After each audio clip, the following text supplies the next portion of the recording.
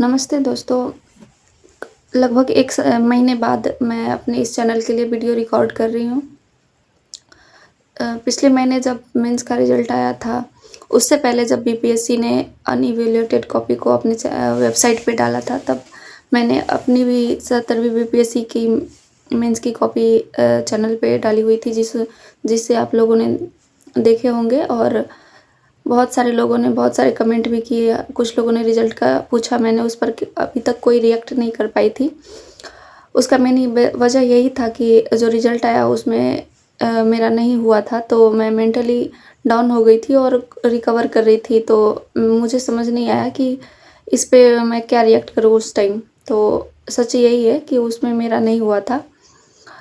तो इसके बहुत सारे रीज़न्स हैं जो कि हम लोग आगे बात करेंगे, बहुत सारी चीज़ें हैं जिसे हम लोग आगे बात करते हैं इसी वीडियो में। तो दोस्तों, अगर मैं स्टार्ट करूँ इमोशनली एस्पेक्ट से, तो इसे समझाना बहुत ही जटिल होगा कि रिज़ल्ट्स के बाद क्या-क्या फीलिंग है। उससे पहले जो भी चीज़ें लोगों ने जान रखी थी कि हाँ, पीटी हुआ है ऐसा करके कुछ, फिर उसके बाद ना होना, तो फिर आप जो लोग दिए होंगे या फिर जिनका नहीं होगा वो समझ सकते हैं इस चीज़ को भली-भाँति। तो सबसे पहले मैं कारण की बात करूँ तो उसमें उस टाइम हालाँकि बहुत मतलब ये आसान होता है किसी चीज़ पे ब्लेम करके खुद को बचा लेना, लेकिन कहीं न कहीं जो कमियाँ हैं वो इंटरनल ही होता है। कहीं न कहीं हम कमज़ोरी मतलब हमारे भीतर ही होता है। तो उसमें जो सबसे बड़ी मिस्टेक ये थी कि चूँकि ये मेरा पहला अटेम्प्ट था, तो मैंने ना डीआई को पहले मतलब मैथ को उतना तवज्जो नहीं दी थी, ख़ास करके डीआई को। तो मैं जैसे ही पीटी पास की या फिर रिज़ल्ट आया, उसके बाद डीआई पढ़ना स्टार्ट की, तो उसमें बहुत सारा टाइम गया। यानी कि मेरा यदि डीआई पहले से ये पढ़ा होता, तो उस टाइम मैं प्रैक्टिस करती, ना कि लर्न करती, तो वो टाइम मैं बचा पाती। तो हालाँकि डीआई तो फिर एग्ज़ाम में फिर सबका भी ही गलती हुआ। मेरा ये ज़्यादा अफ़ेक्ट इसलिए हुआ क्योंकि गलती भी हुआ, प्लस मैं उस पे टाइम भी ज़्यादा दे दी थी। और दूसरी कि सही डायरेक्शन की भी बहुत ज़रूरी है, ऊपर से मतलब आपके आस-पास कैसे लोग हैं, मतलब आपको कैसे गाइड कर रहे हैं, अच्छे गाइडेंस की भी बहुत ज़रूरी है, ताकि आप कांस्टेंट बने रहें।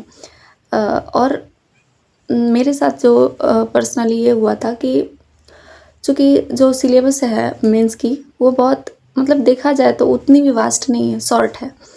तो तो मतलब कुछ बच्चे मेरे जैसे, ख़ास करके मैं जो की थी, कि मोर नॉलेज के चक्कर में, ठीक है, कि मतलब परफ़ेक्शन के चक्कर में कि नहीं यहाँ से ले, वहाँ से ले, वैसे करके।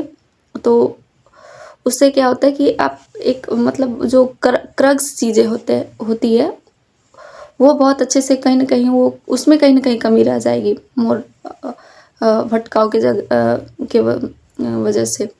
ख़ास करके ऐसे वाली चीज़ों में ये भी देना है, ये भी जोड़ना है, वो भी जोड़ना है। हालाँकि अभी मार्क्स नहीं दिखाए गए हैं कि कौन से पेपर में कितने आए हैं या फिर ऐसे में कितने आए हैं। फिर भी जो ओवरऑल मुझे दिख रहा है, मैं उसके अकॉर्डिंग बात कर रही हूँ।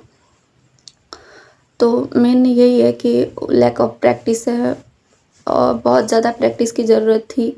और सबसे बड़ी कि पीटी से पहले हमें सेल्फ डाउट होता है कि पता नहीं होगा या ना होगा। लेकिन अगर हो गया तो फिर वही होता है, मतलब अगर तैयारी पहले से नहीं हो तो कहीं न कहीं उस सर्कल में हम लोग फँस ही जाते हैं। तो बेटर यही है कि पीटी से पहले 60% of the main syllabus cover हो जानी चाहिए। और तीसरी बात एक चीज़ मैं ऐड करना चाहूँगी कि जो लोग 17वीं बीपीएससी मेंस दिए हैं, उन्हें ये बहुत अच्छे से पता होगा कि उस टाइम जो आंदोलन हो रहा था, उससे भी बहुत बहुत ज़्यादा बॉदर हुई थी हमारी पढ़ाई। मतलब क्या होगा, नहीं होगा, ये हाई कोर्ट के डिसीजंस आने वाले हैं, ये वो दिस दैट। तो उस टाइम बहुत सारा मतलब होता है ना, कांस्टेंट नहीं पढ़ पाए थे, 3 महीने मिले थे, लेकिन उसमें भी ये डर था कि क्या मतलब आगे क्या होगा, कुछ पता नहीं। तो ये सब चीज़ें हैं। और लास्ट में मैं यही कहूँगी कि कमज़ोरी हमारे भीतर की होती है। हम किसी एक चीज़ पे ब्लेम नहीं डाल सकते कि वहाँ का मतलब गाइडेंस या ये फिर जो भी चीज़ें हैं। क्योंकि इतने टाइम तक कहीं न कहीं हमें समझदारी आ जाती है कि क्या है या नहीं है, मेरे लिए क्या सही है, नहीं है। तो अ, सीख यही है कि अपनी भीतरी चीज़ों को ज़्यादा परफेक्ट या स्ट्रॉन्ग बनाना है चीज़ों के प्रति। तो मैं यही कहूँगी और अभी भी मुझे बहुत क्लियरिटी के साथ समझ नहीं आ रहा है कि मैं क्या अपलोड करूँ चैनल पे। तो अगर आप लोगों को कुछ जानना हो तो आप लोग कमेंट्स कर सकते हैं अभी के लिए ख़ासकर। तो थैंक यू।